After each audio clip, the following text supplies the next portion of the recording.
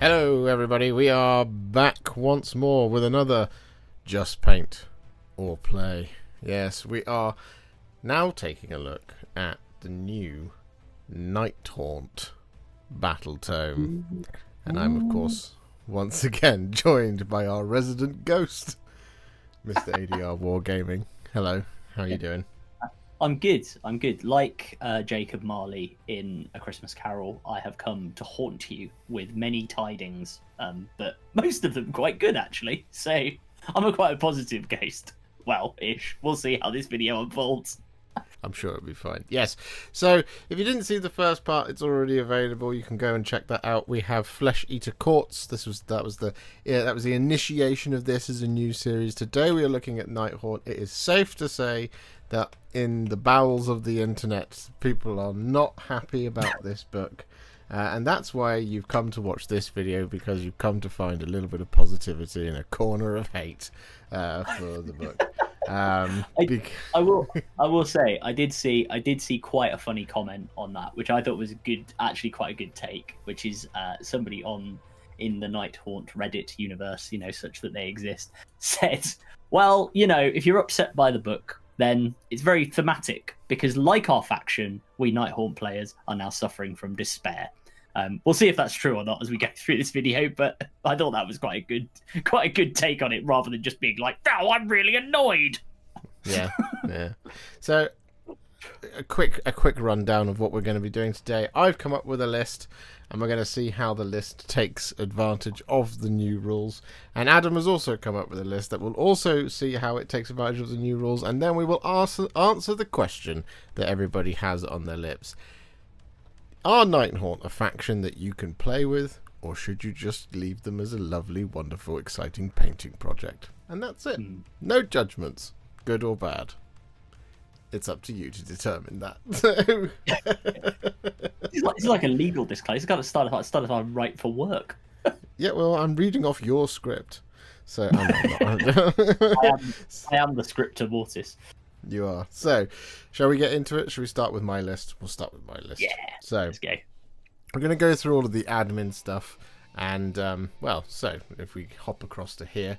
So, as you can see on the graphic that you should now be able to see on the screen, because future Josh decided to put it in there, we have gone with our battle formation is Deathstalkers. And a lot of the choices that I've made in this faction video are going to be based around playing with this army in General's Handbook 2025. I will preface that now, which is why I've gone with this one. You might not think it's the best one at home, but I've gone with this one. This one is the one that lets me pick a friendly Nighthaunt unit to basically charge. It can use charge and shoot abilities, even if it used a retreat ability. If it used a retreat ability, it didn't take any mortal damage to it. Okay? Yeah. And I feel like for a lot of Sigmar veterans out there, they already know now which direction I'm going with this list. So, I've gone with Deathstalkers. Right? Now, heroic traits. You have 3 to choose from, but do you really? Because I've gone for Ruler of the Spectral Hosts, naturally. Let's pick up to 3 friendly non-hero Nighthaunt units, wholly within 12 inches of this unit to be the targets, and roll a d3 for each target on a 2+, heal. Right? It's just objectively the best one out of all 3 that we have here, so we've gone for that one. We've then, again, shocking I know, chosen Light Shard of the Harvest Moon, because of course I have. Again, just very, very, very good. It's a once per battle. If the bearer is in combat, add 1 to the attack's characteristic of melee weapons used by friendly Nighthaunt units. Well, they are wholly within 12 inches of this unit for the rest of the turn. So it's the best one, just by far. I just debate me. Please do in the comments below. When it comes to spell lore, I've picked Lore of the Underworlds, just because I think you have to. There isn't a generic spell lore, is there, these days? But yeah, we've got the Nighthaunt spell lore. It's pretty good, It's not the best. It's not the worst. Just generally the spells that I'm going to be casting, the ones that are on War Scroll anyway. But we do have a retreat here. in the spells. It's not a retreat for free, but it is can immediately use the normal move or retreat ability as if it were your movement phase in your hero phase, or theoretically in your opponent's if you counterspell. Fell Blades is the other one, which is subtract 1 from save rolls for an enemy unit, and so on and so forth. And we also have a Strike Last spell, which is good. It is good, although it's not going to come up so much for me because I don't have many units, but you'll see to that in a bit.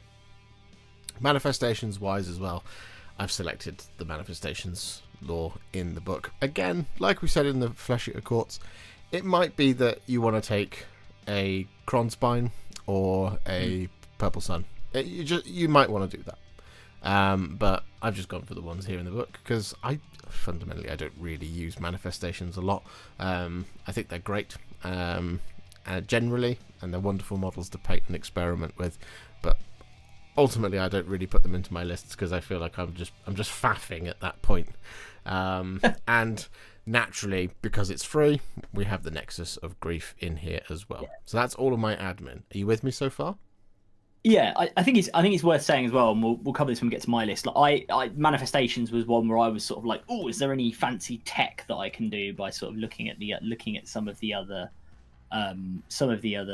generic manifestations that don't cost anything, because obviously some of them now do cost points. And I didn't think there was any, like there was one that I considered, and I'll talk about it when we get to it, but I just don't think it really works too much in the kind of lists that we're both running. So I too will end up going with this. So I think it's a good choice. Chronomantic Cogs is always an option. I think again, given what the army does now, which I'm sure we'll cover in more detail. We'll talk about it in more detail as we go on. But please carry on. Well, I feel like that's a pretty good jumping on point to actually what they do now. I mean, so for those of you familiar with Nighthaunt, what they used to do is charge a lot. And now you don't really charge a lot because all of those abilities have gone. You charge the same amount as everybody else, essentially. Yeah. So that is, you still charge a lot because everything charges a lot in Age of Sigmar, but you don't charge in every single charge phase because charging is what gets you charged up. Okay, so you don't do any of that anymore. But there's some cool stuff that is still in here. Obviously, Ethereal is still around, but it is in a different format now. It's no longer ignoring modifiers to positive and negative modifiers to your save rolls. It's just ignore negative modifiers to your save rolls. So that does mean that you now have access to all-out defense. And it does mean you actually have access to cover as well. You have access to all of these things. But that has come at a price. Basically, all of your saves have gotten significantly worse than the flat 4-up that everything had before. But to mitigate for that, you've also gained a much stronger Feel No Pain across everything as well. So it's kind of, in some ways, it's a side grade. In others, I mean, I think fundamentally when you just read it and then you couple that with the save changes, I think everyone sees it as a downgrade in its most basic, purest form. I think actually in its basic, purest form, it's an upgrade, but then in context with the army, it's a side grade because of how the saves, what's happened to the saves, basically. But we'll get into more of that in a little bit. We now have just a teleport that you can do for a CP every turn. Used to be one of the faction abilities, or battle formations. Used to be a battle formation, is now a faction ability, so everybody has access to it. Yes. Then we have the other really cool one. This is new, I believe, is Mounting Dread, and it's subtract the current battle round number from the current control scores of enemy units while they are in combat with any friendly Nighthaunt units. Which, again, like I was saying earlier, very much teching into General's Handbook 2025 when it comes to this book. So the last thing is Sepulchral Apparitions, which is just an extra note on the Nexus of Grief, basically, which you didn't have before in the previous index because it wasn't out yet, but it is now out now, and it's here. So yeah, there we go. There we go. So that's all of my admin. Let's jump in to my actual list now. So mine again. I've gone for something pretty darn simple here. We have ourselves 5 regiments. Once again, I'm going for that reroll. Again, gonna do it until they say otherwise. We have Lady Ollander. She of course leads up the thing, and we'll go into detail as to what she does in just a moment. I then have 2 blocks of reinforced Bladegeist Revenants. That's right, we have 40 Bladegeist Revenants in her regiment alone. Yes. I have Ulrak the Drowner. He's in there because he's beautiful, and actually I think, again, General's Handbook 2025, really quite important to put him in now. Maya Morn Banshee's reinforced goes into his regiment as well. We then have a Scriptor Mortis on its own, a Guardian of Souls on its own, and a Spirit Torment with 2 Chain Ghasts. That is the list. That is the list. Very simple, like very narrow. Neat. Tidy. Yeah. Exactly. So as you can probably tell, I'm not trying to do Scouting Force. Yeah. I'm trying to do other stuff here. Arguably, this would be a good one for Gyronite Treasures, defending against it, rather than doing it yourself. Because we're not going to do a ton of damage, but we are... Well, I mean, actually, we could do a ton of damage, but we're mostly doing, you know...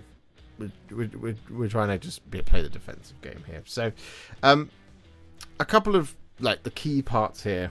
I've gone for a lot of teleports, essentially, and I haven't got loads in there. There's more you could put in, having some Dreadblade Harrows, for example. But we've got Ulrak the Drowner and the Maya Morn Banshees. They're basically just going to pal around together. So I'm just going to quickly pull up Ulrak the Drowner and just go through him. So he's pretty good. I've always thought he was fantastic. It's just he's never...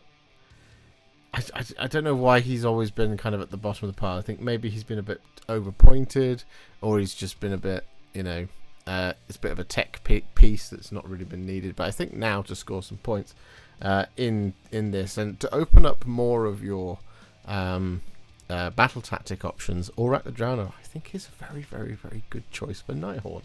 So the reason being is that he has passage through the underworlds. He can teleport. We're going to say teleport a lot. If this unit is not in combat, pick a friendly non-hero Nighthaunt unit that is not in combat and is wholly within 12 inches of this unit to be the target. Remove this unit and the target from the battlefield, then set them up again on the battlefield, wholly within 6 inches of each other and more than 7 inches from all enemy units. So you've got a lot of area to play with, which means you can sneak in some areas, which is why he is going to pal around with 8 Maya Morn Banshees. Makes them quite like the scalpel that places a sliver of terror within the heart. That's what they do. He also has roll a dice on a 3+. This unit can immediately use the normal move or the retreat ability as if it were your movement phase at the end of any turn. So if your opponent tries to catch him and stop him from doing his thing, yeah, he can just go. He has a 5-up save, and this is what I'm talking about with the changes to the saves. He has a 5-up save, 5-up feel no pain. 10-inch move, so he's pretty zippy. 7 health, control 2. He doesn't really do a whole lot in combat, let's be honest. He's got an oar. Like, what? We're asking a lot of an old guy rowing a boat, right? He's just a dunk. It is an auto wounding oar though, so you know that's crit auto wound on the oar. So yeah, he's gonna teleport about with his pals, the Maya Morn Banshees, and Maya Morn Banshees they're still. I think they're still probably one of the best choices in here in this book. They actually went down in points, if I'm interpreting the Shaiish Nadir correctly.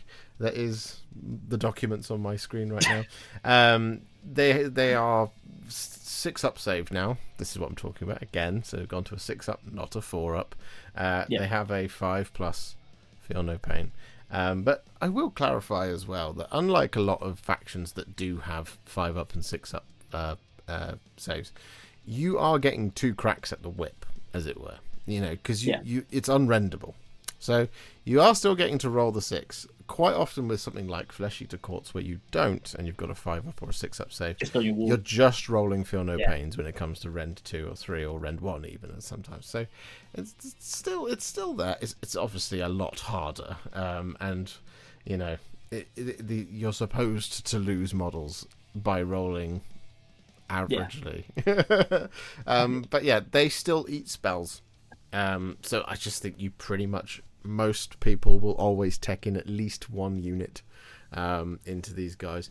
More importantly, though, paired with someone like Aurak the Drowner, they have to be 7 inches away from the enemy, not 9 inches away from the enemy, which makes it a lot easier for them to, teleport in and then eat spells that are cast by wizards that weren't clever enough to stay away from the teleporting Myrmorn Banshees, which I think just makes them pretty strong. It's worth saying with them as well that the way their ability works for the Spell Eater is it's not just it's not that they're the target of the spell. It's any Nighthaunt unit within 12 inches of them that is the target of the spell. So they're a really good tech piece for making sure that when your opponent starts, and there are some armies that do this, right? Seraphon, I think Lumineth are another good example. When they start chucking out either damage spells, right, which mortal wounds are going to end straight up on your ward, or if they're trying to debuff you, turn your ward off. There's quite a bit of that now in the game, and there's different ways of doing it. There are a few spells out there, I think, that do it as well. These guys do an unbind. They get +1 to the unbinding roll. And if the spell is unbound, they do D3 damage on the caster. So they're just a good tech piece. I'm with you. You'll see them in my list as well. I'm spoiling it there, but they're a really good tech piece. They're pretty nifty in combat. They're anti-wizard +1 rend. They're crit auto wounds. They're 2 attacks each. 4s, 3s, rend 1, damage D3. It's not bad at all. It's not bad at all. So yeah, I mean that's the kind of one of the features of my list. The other characters are all in there really just to provide buffs to everybody else, and this is what I mean about the way I've kind of designed this book is, so the chain rasps, not chain rasps, I mean they are in here. Chain ghasts, not chain rasps. Chain ghasts and chain rasps are not in here. I did debate them. Chain ghasts, roll a dice, add 1 to the hit roll if this unit is within 12 inches of any friendly spirit torments. On a 3+ for the rest of the turn, add 1 to hit rolls for combat attacks made by friendly Nighthaunt units while they are wholly within 12 inches of this unit. This is why we have 2 massive blobs of Bladegeist Revenants. We'll get to them in a second. We also have the Spirit Torment as well. Each time a friendly Nighthaunt unit wholly within 12 inches of this unit uses the rally command, you can make 3 additional rally rolls of D6. So that's not as good as Taunus the Redeemed, actually, because he just gives you 3 rally points. Yeah. But you are making 3 additional rolls on a 4-up, so, better than kicking the teeth, right? Yeah, it is better than kicking the teeth. So I've got a +1 to hit here from the Chain Ghasts, and because I've got a Guardian of Souls, we've got a +1 to wound for a visible Nighthaunt unit wholly within 12 inches of this unit to be the target. Again, on a 3+, add 1 to the wound rolls for the target's attacks for the rest of the turn. So yeah, just objectively another very, very good sort of setup for my 2 giant blocks of Bladegeist Revenants. Now, also worth saying he's a wizard as well. He is a wizard, yes. Guardian of Souls. He's a wizard 1, so he's a handy little dual roll guy. Yeah, that's just 2 abilities I'm popping out, which are just nice. Now, I debated between either having some variation in my list between Grimghast Reapers, Bladegeist Revenants, or Dreadscythe Harridans. But I ended up just going with Bladegeist Revenants, and maybe you can talk about Dreadscythe Harridans when you get to your list. But my Bladegeist Revenants, they are basically the anvil upon which I will not do any damage, but will hopefully do some damage a little bit here and there. So here's one of the key changes to these troops. These are essentially heavy troops. They have a 6-up save, so they're no longer a 4-up, but they have a 5-up, Feel No Pain.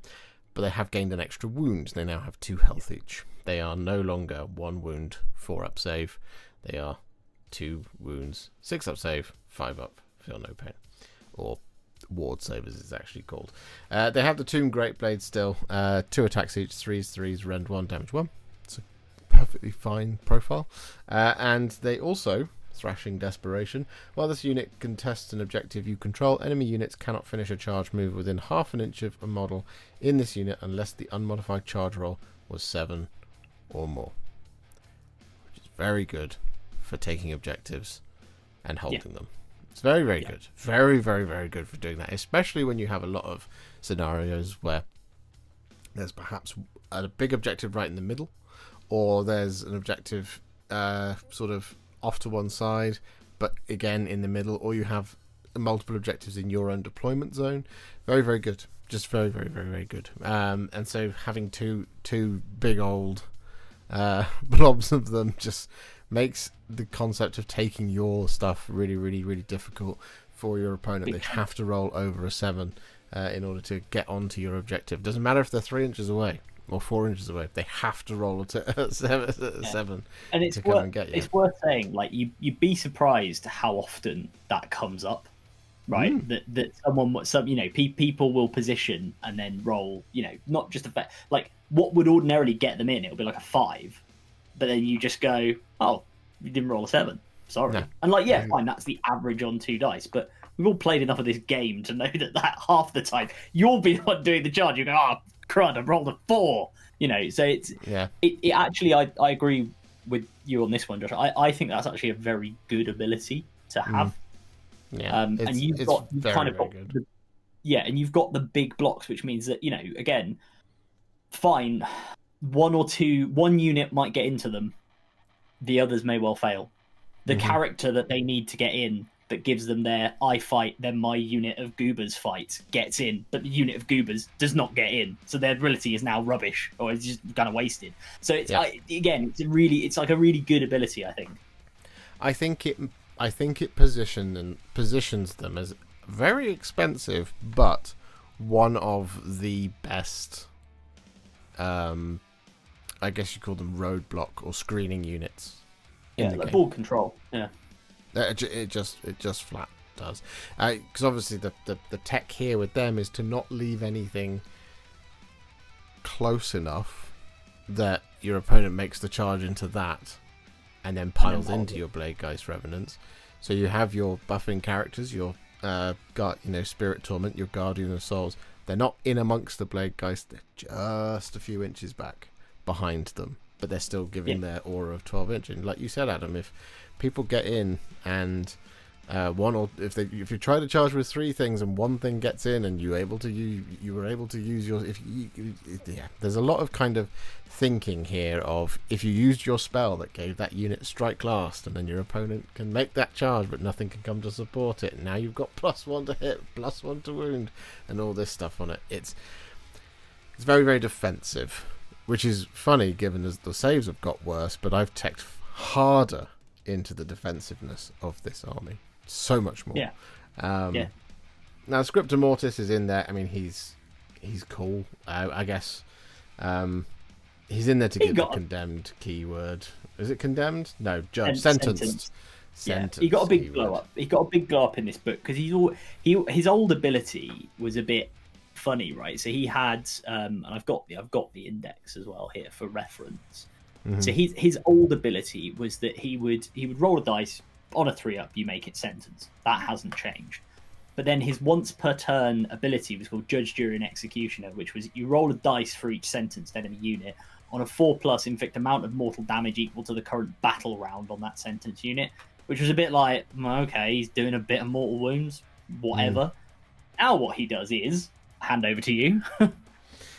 Each time a friendly Nighthaunt infantry unit uses a fight ability, if all of its attacks target the same sentenced enemy unit, that friendly unit's enemy weapons, that friendly unit's melee weapons have crit mortal for that fight ability. Very nice. Which is very good. He still picks something within 18 inches on a 3+, take a mortal wound, and you are now sentenced.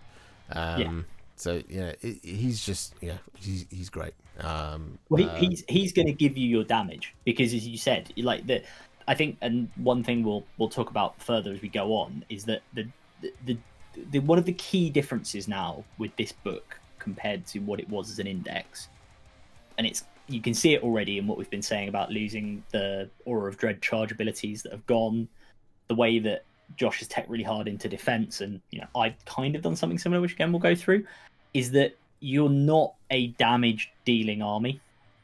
You're not charging in and just slapping stuff and going ugh, and then running on, right? Which is kind of what Nighthaunt did before, whilst also still having an unrendable 4-up save, which bluntly is why some people found them a bit. I don't want to say oppressive. I think they were in an okay place, but certainly like at the start of 4th edition, they had like a 70% win rate. It was insane. Like they were completely busted at the start of the game, which everyone seems to have forgotten, and they did have to get kind of adjusted into a much more reasonable place. Where, to be fair, I think they were. I don't think they were at all busted prior to the Battletome. But like they were a very run in, smash stuff, keep going army. They just don't do that anymore. I think they are much more defensive, and I think your list is doing the right thing and leaning into it. Yeah, having faced Nighthaunt, I was gonna say you've done it at the GT. I found it to be very oppressive, but because my opponent rolled above average, and because he rolled above average on his saves, that's when the army became oppressive. It just did. Yeah. Like if you roll averagely, it's fine because you'll lose models, and units will die and this, that, and the other, and that's fine for any opponent. But if your opponent rides their luck in one game, and they roll above average on their save rolls, you come away from it and you've played 4 turns and you've killed 3 Mireborn Banshees and done 4 wounds to a black coach, and it's like, what was that even about? Do you know what I mean? So yeah. It's and then just because of Scourge of Gaia and Black Coach, which I'm sure that you've put in there, that when you're facing 2 of those, and your opponent's turning off your rules, giving themselves +1 to hit, +1 to wound, +1 attack, +1 to this, that, and the other, and -1 to your save, and this, that, and the other. You're facing an army that is rolling above average on its saves, and everything's just staying alive, and you're making no dent in the amount of power that was just coming back at you. And so it was a nightmare of a game because he had the luck on his side. But yeah, there we go. Anyway, the last part of my army is of course Lady Ollander. We've mentioned her, but I'll let you talk about her because I realise I've gone on for quite a while. So that's my list. Very, very simple. The whole point of it, like I said, it's to give me basically access to the majority of the battle tactics in the General's Handbook, rather than 1 or 2. So in that regard, if we're playing casually, I can pick different things in a day. I can just be like, I'm just going to pick these 2 for this game, and I'm going to pick that 2 for this game, and this one, and this, that thing. For a grand tournament, I can pick something very different to what I think a lot of people else would pick at the moment. I mean, I think a meta is starting to get defined now. But I just think with this list, it's excellent at playing that. But you have to abandon all pretenses of playing it any other way than playing General's Handbook. Just playing for the primary objective and the battle tactics here on display. You're just going for points. We're not standing up to even my list that I took to the GT.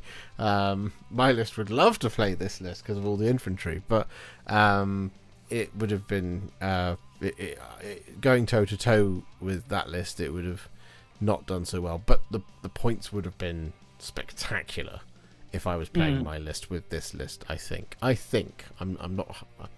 Obviously, everything comes down to the luck of the dice, doesn't it? Anyway, but that's kind of what I aimed for.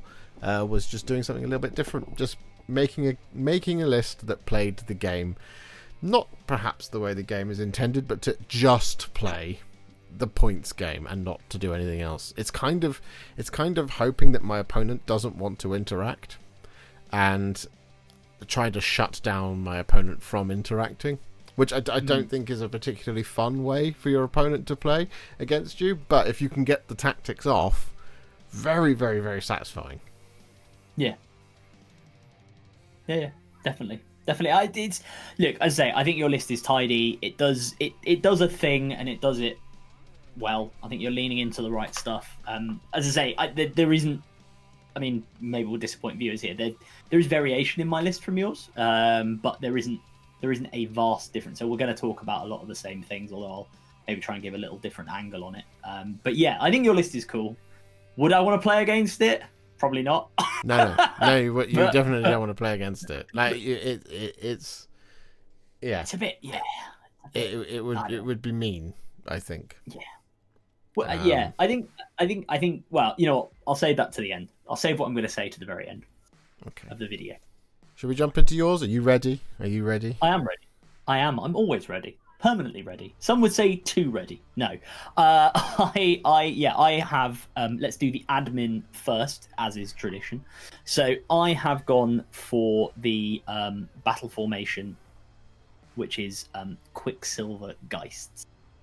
This is the one that I think you're going to see a lot. I think it's the one that people really quite like. Unfortunately, it is points. It does cost a bit of money, so it's not one of the free ones like Josh's. But what it allows you to do is pick a friendly Nighthaunt unit that is in combat, and you roll a dice.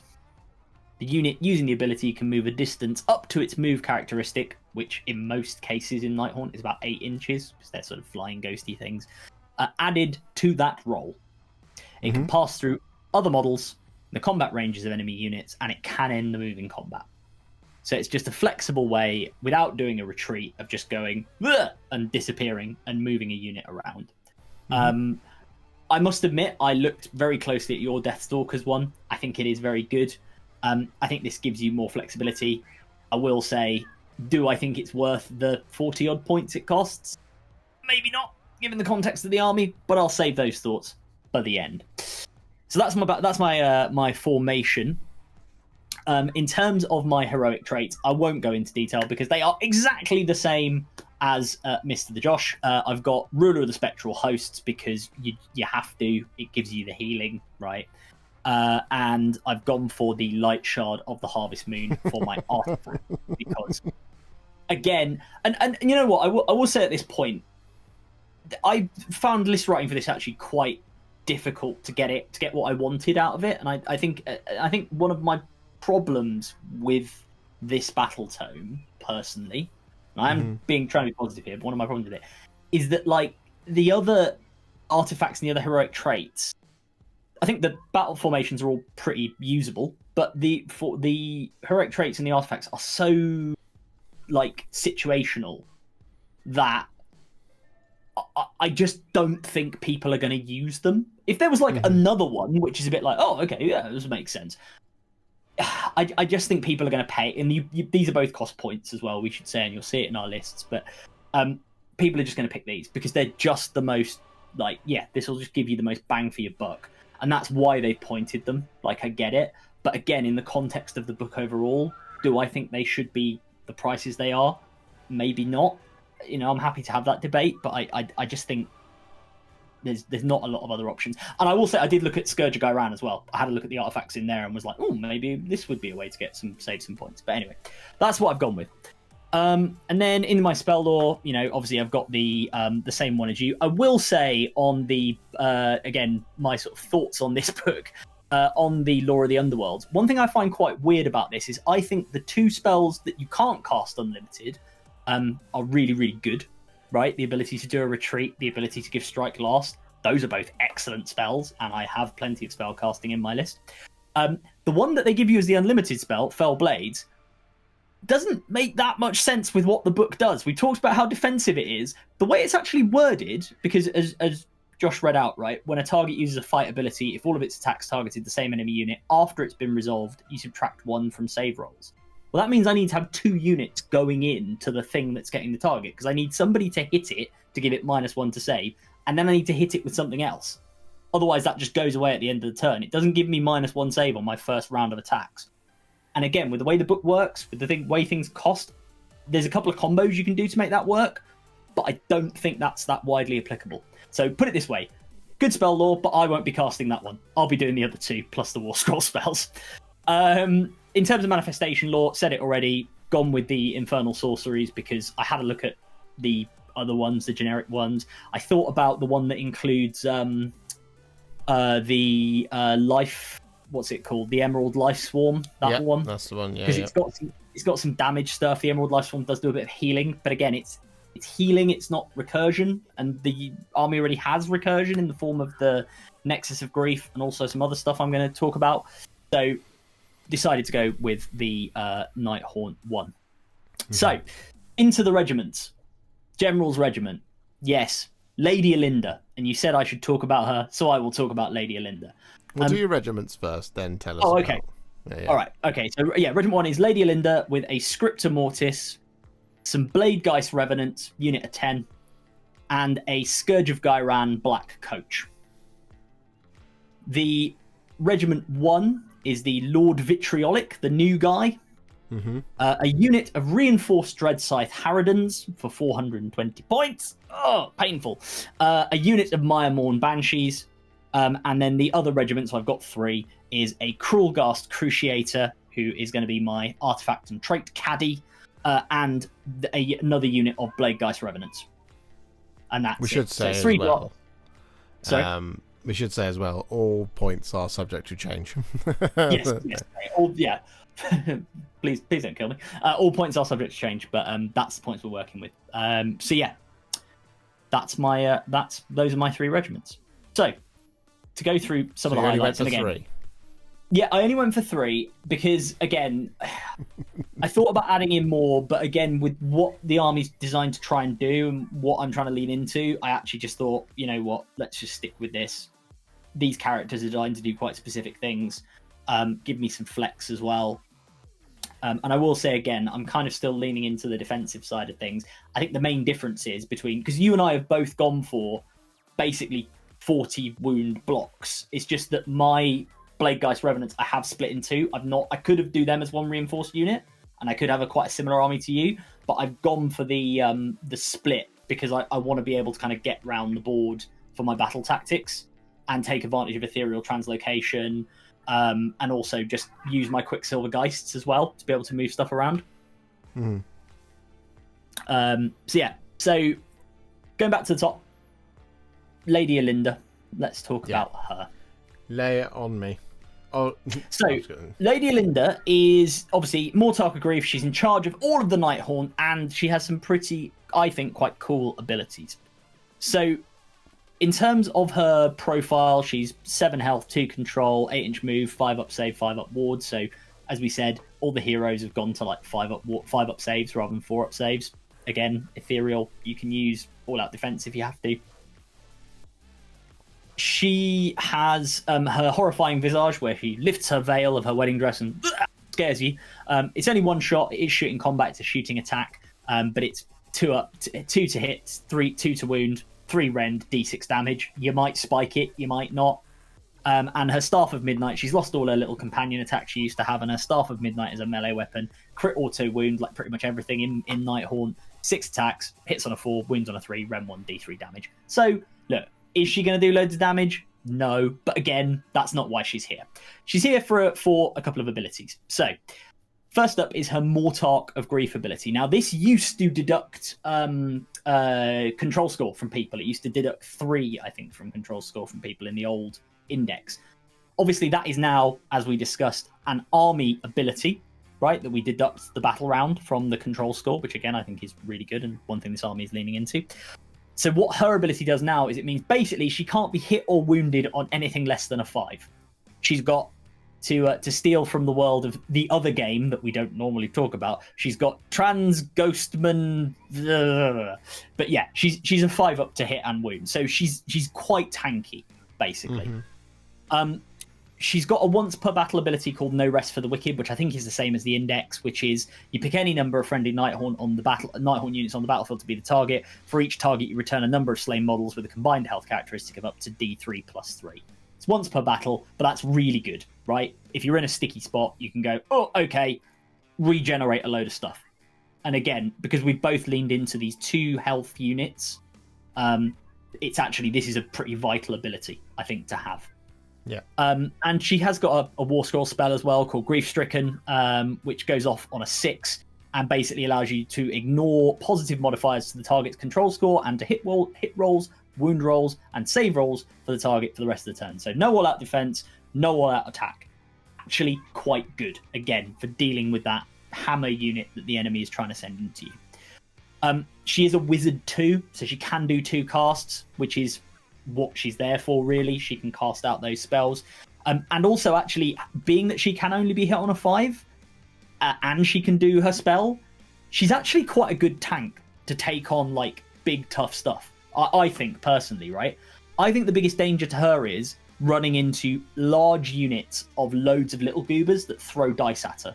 Because, their attacks might be rubbish, but they throw enough dice at her, right, that they're going to get through the 5 up, 5 up thing. Whereas if she comes up against, weirdly, a big monster, or like a big hero, or Sharan, as a counterexample from our other video, she actually might be able to handle that because she's forcing you to just hit on a 5 and wound on a 5. So average dice, makes it a bit harder. But yeah, I just think she's a good character. She's a good tank. She can cast spells, and her No Rest for the Wicked ability, really quite important for the army. Yeah. Next up in our regiment, obviously, we've got the Scriptor Mortis. We've already talked about him, so we know what he does. He's going to point at something. Hopefully, I roll a 3 up, and you go, you're going to suffer crit mortals. And the point of that is to pair quite nicely with the Dreadside Harridans, for reasons I'll get to when I get to them. But I think it goes quite well with them as a reinforced unit, and that's why I've reinforced them. Next up, we've got the Bladegeist Revenants. Again, unit of 10. I'm thinking here, stick them on an objective. I'm relying quite a lot on their no charge rolls of lower than a 7 to just avoid having stuff coming into them, so I've not reinforced them. And again, 3 up, 3+3+, rend 1, damage 1. They're just going to do some damage in return. Fair enough. And finally in her regiment, as I said, we've got the Scourge of Garan Black Coach. And the point of the Scourge of Garan Black Coach is that it's better than in my opinion, than the Black Coach that's in the Battletome. And as Josh sort of intimated, he faced a number of these in a tournament, and they are pretty horrible. So I will say what they do, because I think it is worthwhile, and again, it works with the purpose of the army. So, and this actually is a good point to sort of say, because it's Scourge of Garan, it has the old Nighthaunt profile. So it has a 4-up Ethereal save and a 6-up ward. Now, I would assume... I was going to say, I would assume, at the time of recording, that's what it has. I would assume this may well get FAQ'd to be more in line with the rest of the book. So, who knows? Either way, I would still take it, right?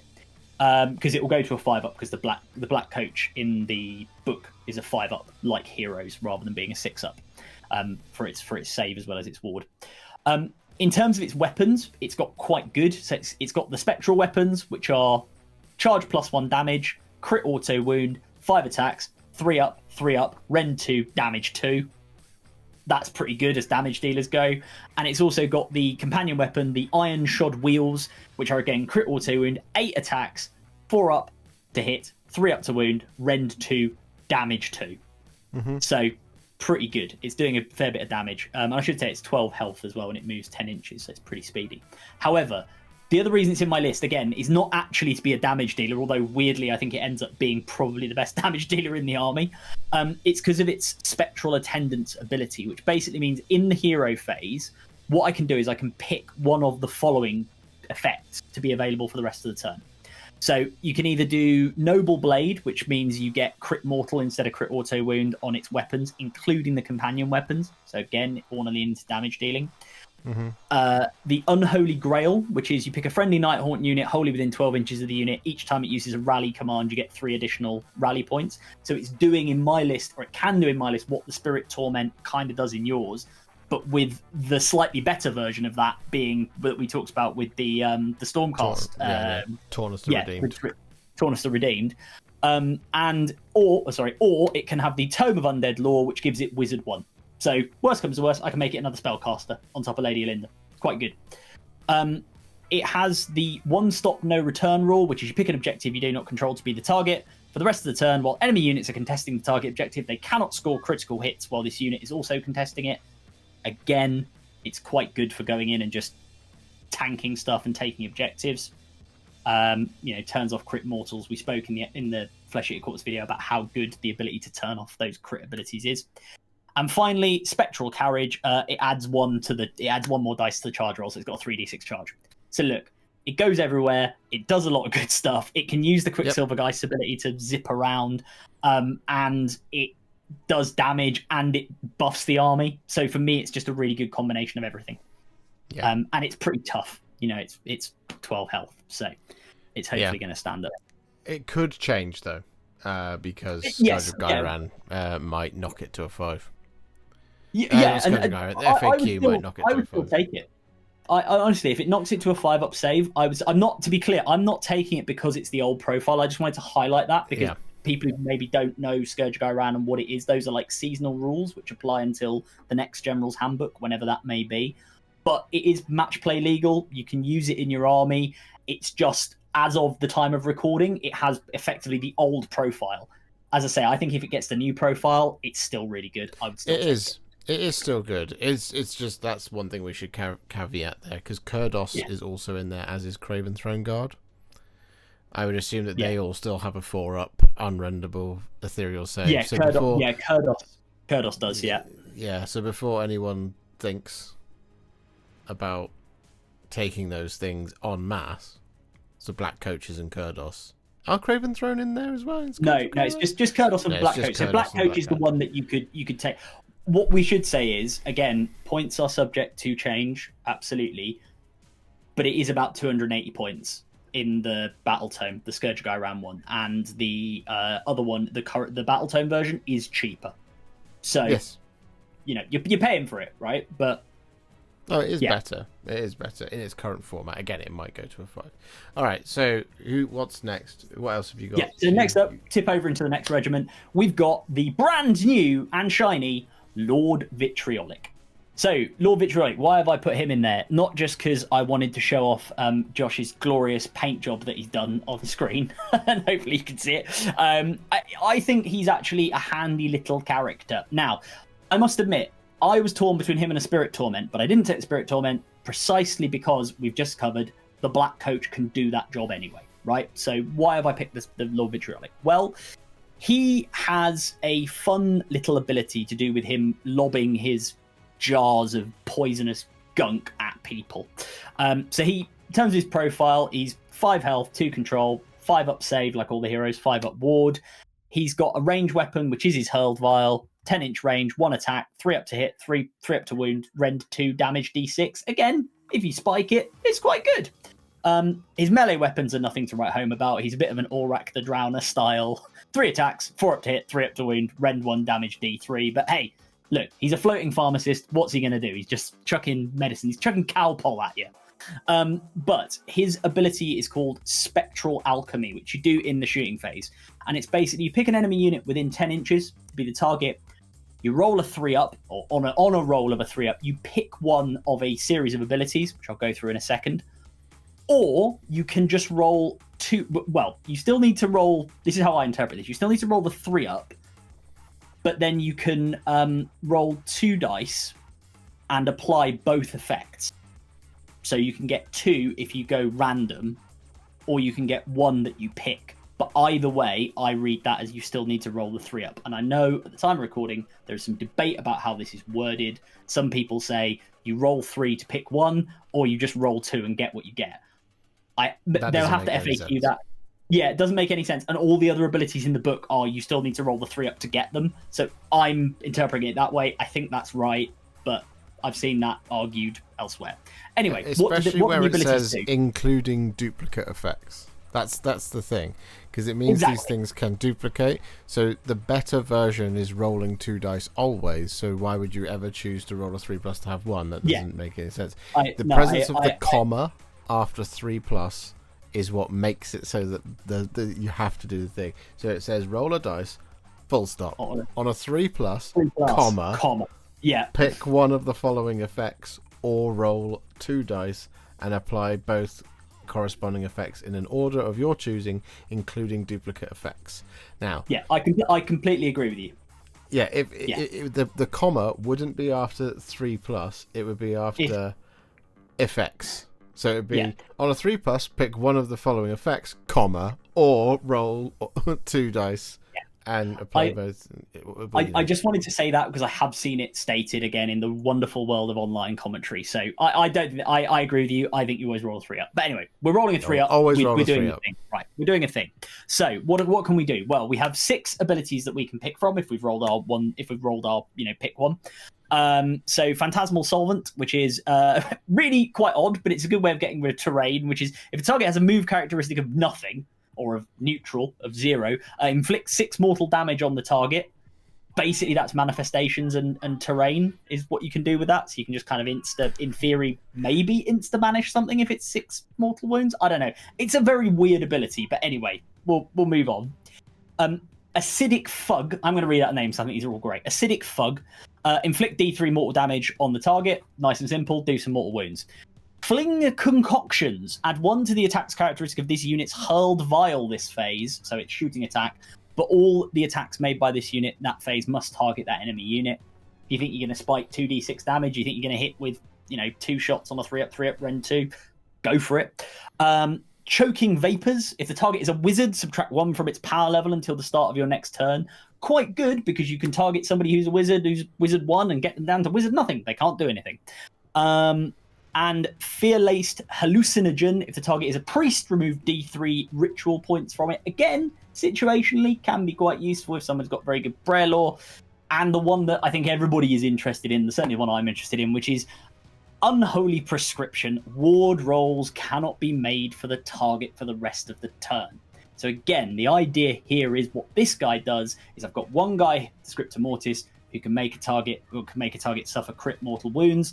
And if I have something that's got a tough ward, I could double it up with this guy, or I could go for something else. I can try and turn off their ward rolls. Again, it's giving me the ability to do a bit more damage. I don't think it's going to wipe units. I mean, it may do, but I don't think it's going to wipe units. But just gives you that ability, and you've got the flex there. So I think he's quite a good little weird goobler man to float around. He's also a very cool model. He's a great model, and I will say, sorry to blow smoke up your backsside, I think you've done a fantastic job on the paint job. I'm waiting to get hold of mine so I can paint him. So that's the Lord Vitriolic. So also in his regiment, as I mentioned earlier, we've got a reinforced unit of Dread Scythe Harridans. So what's their ability? Why did you pick them? So the Dread Scythe Harridans are in there because they dole out the most attack of the heavy infantry, of the 2 wound infantry that exist in the Nighthaunt book. They dole out the most attacks. They hit on a 4 and they wound on a 4, so they are worse than the Bladegeist Revenants on paper, but they've got 3 attacks each. They also, which I think again pairs quite nicely with the Scriptor Mortis, because I'm just giving myself the ability. Like if I'm looking to just try and get 6s to do crit mortals, right? I want to try and give myself the most chance of doing that. So a reinforced unit chucking 3 attacks each, I think it's a decent ability. The other thing they have, because again, all these units have abilities. We've already talked about the the Bladegeist Revenant stopping the charges or preventing some charges. What these guys have is called Harrowing Shrieks, which is while an enemy unit is in combat with your Dread Scythe Harridans, they cannot be healed and they cannot have slain models returned to them, right? Now, the reason I think that's quite good, and again, it's back to leading into my bias of the fact that I play a lot of Death Armies at the moment, but like Death Rattle Skeletons, Barrow Guard, Barrow Knights, whatever you want, right? One of the most annoying things about them is they just regenerate units. It makes them quite hard to get through. This also stops rally rolls, so even in armies that don't have recursion, don't have healing... Being in combat also stops rally rolls. That's why I didn't like it. Oh, okay. You can't rally if you're in combat. I'm an idiot. Okay, well, fine. But nonetheless... No, so things like, you're right, with death factions and those abilities which don't specify that thing. Yeah. It is very good at stopping that. The reason I didn't like it was because I thought, for me, the thing that I frequently face is you can't rally a unit that is in combat, and that's the thing you're most likely to see in a broader spectrum of the game. And I was like, when it's shutting off a rally roll that's already shut off. Yeah, so I still think I go with them for the volume of attacks, because like the other option, and we should talk about it briefly. The other option is the Grimghast Reapers, and I did consider them because they have an ability called Reap Like Corn, which is basically the corn, the vegetable or the cereal crop, not the chaos god. Which is that they do mortal. Basically, you pick the number of enemy, whatever number of models are in the enemy unit. You roll that number of dice. On 6s, they do mortal wounds, and on 5s, they do mortal wounds if the unit is over 20. So they're good into a horde meta. I don't think we're in a horde meta at the moment, which is why I didn't pick them. But they are hit on a 4, wound on a 3, rend 1, damage 1, but +1 rend against infantry.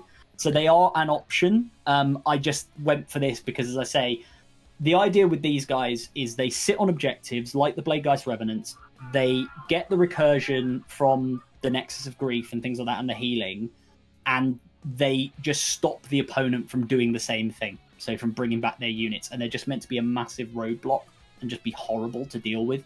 And they're still doling out enough attacks in return and rolling enough dice that with the Scriptor Mortis, and if necessary with the Lord Vitriolic, they will still do damage. So that's the logic behind it. The rally thing, fair enough. Didn't think about that. I'm being an idiot. Apologies to the comments. But you know what? I still think it's a handy ability to have. That's fair. So that's the Dressed Harridans. Coming along with them are a unit of Miremorn Banshees. Same for all the reasons that Josh talked about, so I won't go through them. And then finally, into the last regiment, we've got the Cruel Ghast Cruciator leading it up. He is a funky little unit. He's a little character. The reason I have gone with him is sort of twofold. One, he has more health than most characters, so he's a little bit more tanky. He's got 6 health rather than most of them tend to have 5. 5 up save, ethereal, 5 up ward. He's also got an ability called Empowered for Excruciation, which basically means you ignore the first damage points that will be allocated to each friendly Nighthaunt unit wholly within 12 inches of this unit in each phase. So again, he's kind of just there to like sit there, be tanky, be within that 12-inch bubble with the units, and just help them soak up a little bit more damage. It's only ignoring the first point of damage. I get that. I see reasons to take other characters. But I think both for that ability and the fact because he's a little bit tougher, he's a good caddy for your artifact and your heroic trait. Plus, like, he's got a cute little attack that's a shooting attack, and he's got a half-decent attack in combat, right? It's 2 damage. So, yeah, he is what he is. Also, again, dead cool model with the paint or play video. I've painted one of these already, which I actually gave to Alice, funnily enough. I really like this model. I think it's really cool. And then finally, in his regiment, it's just, as I say, Bladegeist Revenants, Unit 10, again, designed to do the same thing. Go sit on objective, sweep out, take the board. So that means for my battle tactics, the ones that I tried to lean into were Wrathful Cycles and Restless Energy. Again, because they're both objective based. I've got my general handbook with me here, so shout out for that. But yeah, they're both objective based. They're both kind of about going out and holding objectives from the opponent, which is what this army is designed to do. Could I do scout? I've got enough units I could kind of do it, but again, I just think what this is designed to do is go out and hold. And I did look at Attune to Guy Ran as well, it's worth saying, about sort of holding the centre, but that requires you to do retreats, which your army does really nicely, so I think it's a really good one for you. For me, I can do it, but I'm maybe not leaning into that. So it's definitely an option, but not one that I would take. Well, there we go. Now it's good. I like it. It's a bit more of a smorgasbord. Yeah, I like that you've kind of distributed the defensiveness a little bit more than I've heavily concentrated it into a very narrow area, and then used my remaining points to essentially buff them. What you've done is kind of more evenly distributed it and hope that the black coach does some work. Yeah, basically it is, and I genuinely I will say, and maybe, you know, if we're in our kind of rounding up segment here, like, as I say, I found this hard. I genuinely found this hard to put together a list that I liked. I said that at the beginning. I think there are units in here that do good stuff. I think that the play style, as we've said multiple times, is definitely much more defensive now. But the problem with that is like, because of what things cost, and again, points are subject to change, do you go with your big blocks or do you go with like slightly more distributed like I did? But really, we kind of went the same way, because what we both got is one big block of in your case you've got two big blocks. What I've got is one big block, and then my second big block is just split into the individual units. So if you think about it, we have kind of done the same thing. It's hard, man. It's hard, and the fact that as I said at the beginning, the trait, the formation, and the trait, the formation, and the artifacts that I picked, and you know what, that's on me, but they're the ones that all cost points. It's like, it's just hard to work with, man. And I do think, I do think this is a play army. I do. There is play in it, and ghosts are cool. Ghosts do cool things, but I do worry. Again, being positive, I do worry that, as you said, I think it's a great army for doing GHB. It's a great army for doing competitive stuff. But in a casual game, it might be quite boring, because your thing is, I'm going to go and sit on an objective and just be very difficult to kill. So when you've got there before I was able to ask the question. Sorry. I didn't even get to ask the question. Now you have to ask me the question. I will ask you the question. Okay. Mr. the Warhipster, do you think that Nighthaunt 4th edition, are they an army that you play, or do you just paint them? I think the answer is twofold. He's hedging his bets. Nagash wouldn't like this. my first, I will say, overwhelmingly, excitingly, I think you just paint them. Interesting. But I do think that there is a narrow, there is a narrow use case where you will have an enormous amount of fun playing highly cerebral games with them at a competitive level. I'll give you that.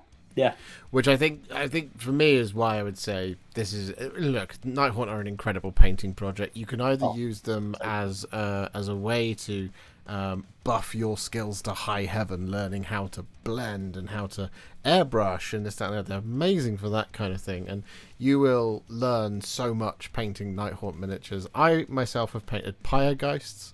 I've painted 3 characters, and my partner Alice, she has painted the entire range. So she's done so much more, and she is her first army as well, which is just it's crazy. Really? That's but that's what she wanted to do, and she's done an amazing job of it, and it's a fantastic army to behold. But as a painting project, I don't think there's one that's better. I mean, if you go back to the previous Battletome, there's things like the Quicksilver Geists, and there's the Blooded Host or something. I can't remember. There's the Emerald ones as well. Yeah, there's Emerald Host, Crimson something. The Crimson Tide or something. I don't know. I can't remember what they're called. Washington is in your army. Commanding exactly. There's a bunch of different stuff you can do with them. So as a painting project, they're one of those ones that I would place as like they're super fun. Like as a build, not so much, but as a painting project, they are incredible. You know, you put them up there along with the greats like Seraphon, for example. They're just fun. They're just amazing to paint, and you will learn a lot, and you will increase your skills massively the more you paint Nighthaunt miniatures. But as I say, when it comes to playing with this book, I think there is an enormous amount of fun to be had playing very cerebral, very tactical, very GHB 2025 base games, and I think it will be some of the best fun you will have playing Age of Sigmar, but that is quite a narrow use case. But then, I'm not the biggest expert, neither are you. We're just 2 fans who have thoughts. Yes, yeah, very much so. Very much so. Yeah, I think it's that's what I mean. I think it's a good book for a very narrow use case. I think more generally, it's more of a painting project, is what I would say. Yeah, I think you're right, and I think a lot of, and we alluded to it at the start, right? But a lot of the ire that there has been about this Battletome that might lend people to perhaps lean into your point, saying, yeah, just play. Yeah, sorry, just paint. Is actually about the fact that just I think the style of the army has changed. So as we said before, it was a charging, always be charging army. Now it's a get charged, get on some points, sit there, get charged, use your teleport, as you say, be very cerebral about how you're putting your buffs out and what you're going with. Don't really expect to do lots of damage, but just, you're winning, and you're winning through attrition, because again, with in the army rule, right, you're subtracting the battle round from control scores. That's actually a really good rule. Genuinely, that is an amazing rule, and I think people have slept on that. They've just kind of ignored it because everybody's immediately jumped to the fact you're now on a 6-up save rather than a 4-up save for most of the army, right? Which, as we said, mathematically, it's actually about a side grade, in some cases an upgrade actually with the ward save, but a lot of other people are going, oh, this is rubbish straight away, because it just looks that way. It's very hard to square that circle in your mind. Yeah. But yeah, I'm gonna agree with you. I think get some, paint some, have fun with them. Rules change, models stay around most of the time. Some longer than others. Hex rates, why? So it's a great project to have some fun with. And look, if you have some fun games out of it, and if this video has given you some ideas for what to put in your list, hopefully that's helpful. But as I say, we're just two regular little chain rasps. We're not Nagash. We're just thinking, You can tell that we're both fans of fleshing a corpse more than yeah, that's the problem, right? And we will do. Look, if you like this format, which, based on the feedback we've had so far, you do, fine people of the audience, we'll definitely do more of these. Or we will aim to, obviously, subject to Mr. the Warhipster's incredibly busy schedule of producing all the amazing painting content for you guys. I'm just here as a kind of helper goblin / again chain rasp, I guess, a slave to the will of Nagash / Warhipster. But yeah, we'll do more of these, and we'll talk more about other armies and what we think of them, and paint or play as Battletomes continue to come out, and maybe we can go back and revisit some of the ones that already have come out. I feel like you should be banned from doing the Stormcast one though, Josh. I will say that at this point. I think we need to get someone else. It can be me and someone else, because you're just going to be like, play them, just play them. I'm not even going to talk through my list. Play them now. I don't know what you are trying to insinuate. I think this one's going to be an interesting litmus test, because, as you say, if you guys, if you do want to see more of this, and in fact, if you'd like us to do something with Warhammer 40,000, maybe we might even approach Middle-earth strategy battle games as well. You might do some things like that. If you want us to do that, then please do let us know in the comments. But this one's going to be interesting, because I know that there's a lot of people out there who are very mad. So if the comment section is nothing but madness about it, then I'm not going to be keen. So just remember, this is a just paint or play, not good or bad. Yeah, absolutely.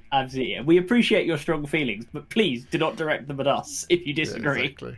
Anyway, yeah, that's it. We'll just... guess we'll move to the end screen now, and maybe we'll plan whatever the next thing will be. Who can say?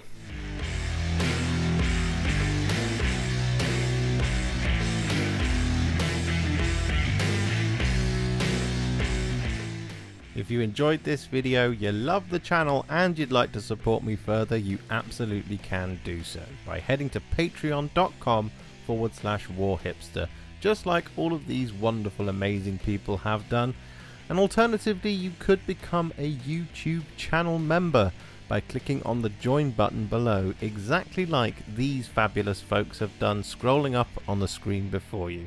There are so many of you out there that it really takes my breath away, and I cannot thank you enough for everything you do, as without you I wouldn't be able to keep making these Contrast Plus videos. And if you really like this video and you want to send me a little thanks, just click on the thanks button just below this video. Don't forget to share it, like it, comment on it, and don't forget to subscribe to the channel, and to make sure you stay up to date, don't forget to click the bell icon. Thank you so much for watching, and I'll see you all very soon in the next one. Happy wargaming.